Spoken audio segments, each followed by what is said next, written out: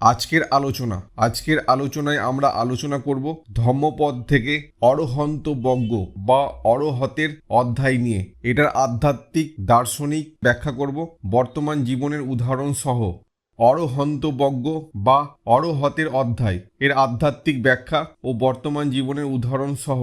ধম্মপদের অরহন্ত বজ্ঞ অধ্যায়ের অরহতদের, যারা নির্বাণ বা চূড়ান্ত জ্ঞান লাভ করেছেন, তাদের গুণাবলী, তাদের মুক্তির পথ এবং তারা কিভাবে মোহমায়ার বন্ধন থেকে মুক্ত হন, এটিকে ব্যাখ্যা করা হয়েছে। অরহত কে?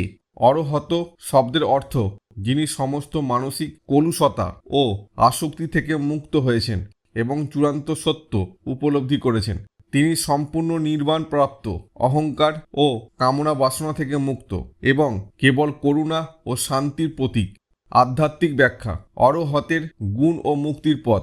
অরহতের মানসিক মুক্তি: একজন অরহত আর কোনো কিছুর জন্য লোভ, মোহ বা আকাঙ্ক্ষা অনুভব করেন না।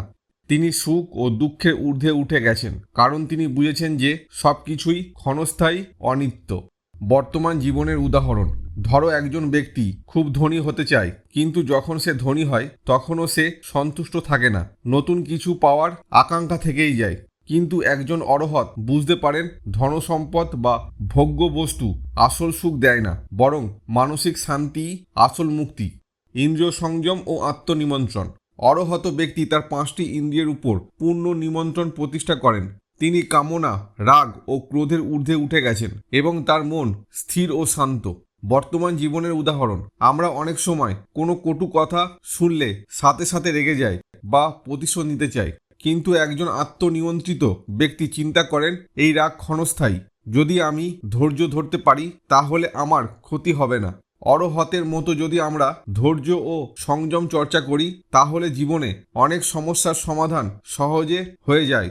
অহংকার মুক্তি ও বিনয়ী হওয়া: অরহত ব্যক্তি নিজেকে অন্যের চেয়ে বড় বা ছোট মনে করেন না, বরং সকলের প্রতি সমদৃষ্টি রাখেন। তিনি অহংকার বা গর্ব থেকে মুক্ত, কারণ তিনি জানেন যে সমস্ত পরিচয় ক্ষণস্থায়ী। বর্তমান জীবনের উদাহরণ: অনেক মানুষ নিজেদের সাফল্য বা জ্ঞানের জন্য অহংকার করে, কিন্তু অরহতের মতো মানুষ বুঝতে পারেন যে সবকিছুই পরিবর্তনশীল, তাই অহংকারের কোনো মূল্য নেই। একজন প্রকৃত জ্ঞানী ব্যক্তি সবসময় বিনয়ী থাকেন এবং অন্যদের সহানুভূতির সঙ্গে দেখেন। মুক্তি ও নির্বাণ লাভ: অরহত ব্যক্তি সাংসারিক বন্ধন থেকে মুক্ত হয়ে শুদ্ধ চেতনার মধ্যে অবস্থান করেন। তিনি তার পুনর্জন্মের চক্রে আবদ্ধ নন, কারণ তিনি মায়া ও আসক্তি থেকে সম্পূর্ণ মুক্ত। বর্তমান জীবনের উদাহরণ: অনেকেই পার্থিব বস্তু, ক্ষমতা বা সম্পর্কের জন্য অতিরিক্ত আসক্ত থাকেন, যার ফলে দুঃখ পেতে হয়। কিন্তু যদি কেউ অরহতের মতো আসক্তি কমিয়ে শুধুমাত্র সত্য ও করুণার পথে চলে, তবে সে মানসিক শান্তি পেতে পারে। কিভাবে আমরা অরহতের গুণ অর্জন করতে পারি?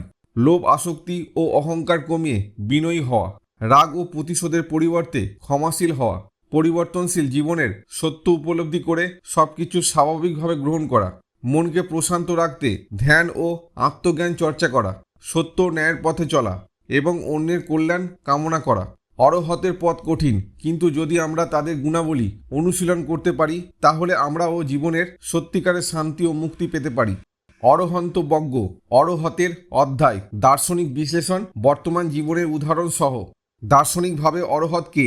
দার্শনিক দৃষ্টিকোণ থেকে অরহত হলেন সেই ব্যক্তি যিনি আত্মজ্ঞান লাভ করেছেন এবং নিজের অস্তিত্বের প্রকৃতি বুঝতে পেরেছেন।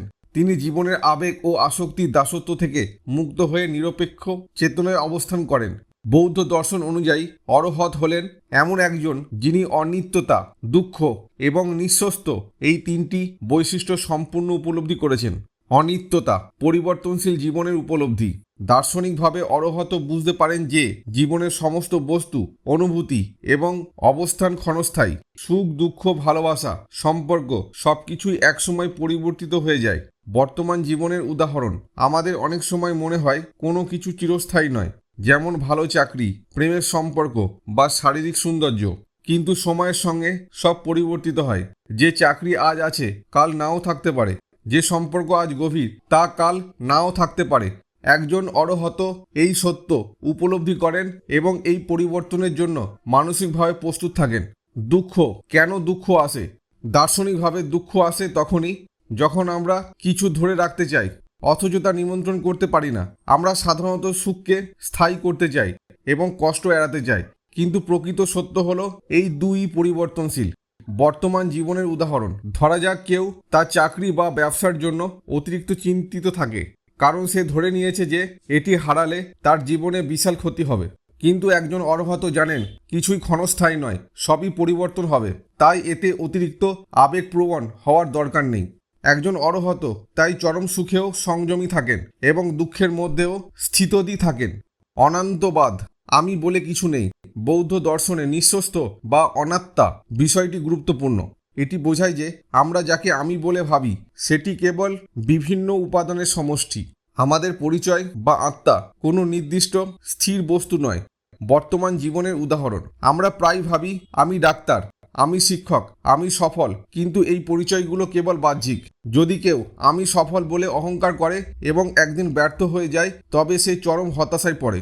কিন্তু একজন অরহত জানেন এই সমস্ত পরিচয় ক্ষণস্থায়ী, আমি শুধু এই মুহূর্তে আছি। মোহ ও আসক্তি থেকে মুক্তি, দার্শনিকভাবে অরহত সকল প্রকার মোহ ও আসক্তি থেকে মুক্ত। তিনি জানেন যে ভালোবাসা, ঘৃণা, সুখ দুঃখ সবই মন ও অনুভূতির খেলা। বর্তমান জীবনের উদাহরণ, অনেক সময় আমরা অতিরিক্ত সম্পদের প্রতি আসক্ত হয়ে পড়ি এবং মনে করি এটি আমাদের সুখ দেবে, কিন্তু আমরা যত কিছু অর্জন করি ততই আরও কিছু পাওয়ার ইচ্ছা জন্মায়। একজন অরহত এই মোহ থেকে মুক্ত হন এবং যে যা পাচ্ছেন সেটাতেই সন্তুষ্ট থাকতে শেখেন। মুক্তি চরম সত্য উপলব্ধি। দার্শনিকভাবে নির্মাণ মানে হলো সব আসক্তি ও বন্ধন থেকে চূড়ান্ত মুক্তি। এটি কেবল মৃত্যুর পরের অবস্থা নয়, বরং জীবিত অবস্থাতেও এটি অনুভব করা সম্ভব।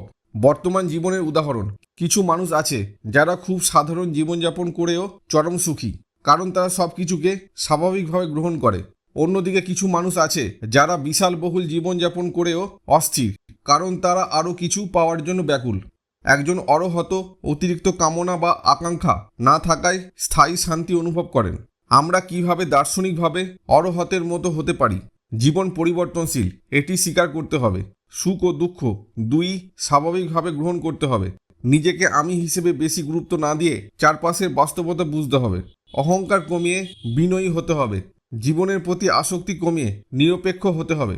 একজন অরহতের মতো জীবনযাপন করা কঠিন, কিন্তু যদি আমরা দার্শনিকভাবে তাদের ভাবনা কিছু অংশ অনুশীলন করি, তাহলে আমরা মানসিক শান্তি ও মুক্তি অনুভব করতে পারব।